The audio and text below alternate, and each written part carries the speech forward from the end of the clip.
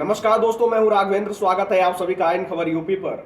अध्यादेश से परेशान दिल्ली के मुख्यमंत्री अरविंद केजरीवाल अलग अलग प्रदेश में जाकर भटक रहे हैं, यानी अलग अलग नेताओं से मुलाकात कर रहे हैं। इसी क्रम में उत्तर प्रदेश में पहुंचे थे वो। कल लखनऊ सपा प्रमुख अखिलेश यादव से मुलाकात किए और अध्यादेश को लेकर विस्तार से चर्चा हुआ।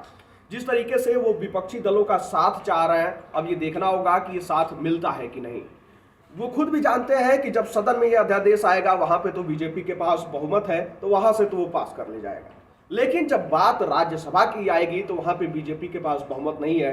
तो अगर नॉन बीजेपी पार्टियां जो भी हैं, यानी कि विपक्ष जो है, वो उसको अगर अरविंद केजरीवाल एकजुट कर लेते हैं तो इसमें बाजी मार सकते हैं और इसका संदेश बड़ा दूर तक जाने वाला है। इस बात को खुद अरविंद केजरीवाल भी कह रहे हैं। अखिलेश यादव से मुलाकात करने के बाद जब प्रेस वार्ता हुई तो उसमें उन्होंने कहा कि जिस तरीके से सदन की बात की जाए तो सदन में बीजेपी के पास बहुमत है, वहां तो वो पास कर जाएगी। लेकिन जब बात राज्यसभा की आएगी तो अगर पूरा विपक्ष अगर एक हो जाता है तो हम बीजेपी के इस घमंड को चकनाचूर कर देंगे। और अगर वहां पे ऐसा होता है तो ये सीधा सीधा संदेश 2024 के लोकसभा चुनाव के लिए जाएगा और ये एक तरीके से ये सेमीफाइनल होगा। अगर भाजपा यहां पे हार जाती है तो 2024 का लोकसभा चुनाव भी हार जाएगी। जरा सुनिए आपकी अरविंद केजरीवाल ने क्या कुछ कहा है। अध्यादेश जब संसद के अंदर आएगा तो संसद में, लोकसभा में तो बीजेपी की मेजॉरिटी है, लेकिन राज्यसभा के अंदर बीजेपी के मेजॉरिटी नहीं है।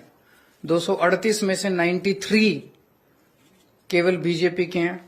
तो अगर सारी नॉन बीजेपी पार्टियां मिल जाएं तो इस अध्यादेश को हराया जा सकता है, इसे गिराया जा सकता है। और अगर ये अध्यादेश गिर गया तो आप ये मान के चलिए कि 2024 का सेमीफाइनल हो जाएगा। राज्यसभा के अंदर अगर इनका अध्यादेश बिल नहीं बन पाता और हार जाता है, पूरे देश में बहुत स्ट्रांग मैसेज जाएगा कि मोदी सरकार दोबारा नहीं आ रही है।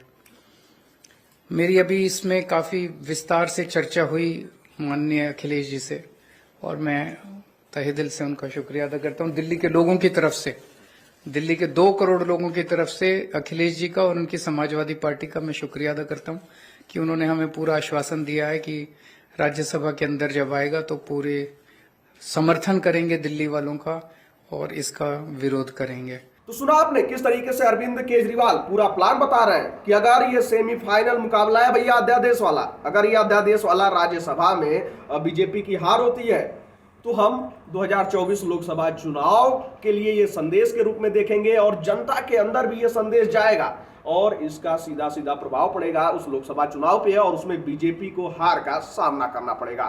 खैर, विपक्ष को एकजुट करना इस अध्यादेश के लिए भी इतना आसान नहीं है अरविंद केजरीवाल के लिए। अरविंद केजरीवाल अलग अलग प्रदेश में जा तो रहे हैं, लेकिन अब ये देखना होगा कि सबका साथ इनको मिलता भी है या फिर ये मिलन जो है ऐसे ही फीका फीका रह जाता है। और 2024 के लोकसभा चुनाव तो अब पास ही में है। सभी राजनीतिक दल अपनी अपनी तैयारियों में जुट भी गए हैं। अरविंद केजरीवाल सहित नीतीश कुमार सब कोई विपक्षी एकजुटता बनाने की बात भी कर रहा है। यहाँ पे इस बात पे भी चर्चा हुई होगी विपक्षी एकता की। आप सबको बता दूं कि विपक्षी एकता के तहत 23 तारीख को पटना में बैठक भी होने वाली है। अब देखना होगा कि इसका संदेश कहां तक जाता है। अरविंद केजरीवाल जिस तरीके से सोच रहे हैं कि इसका संदेश दूर तलक तक जाएगा लोकसभा चुनाव तक, ये तो वक्त ही बताएगा कि जनता क्या सोचती है और जनता क्या चाहती है। फिलहाल इस जानकारी में इतना ही। आप सबकी क्या राय है इस पे, आप अपनी राय कमेंट बॉक्स में जरूर बताइएगा।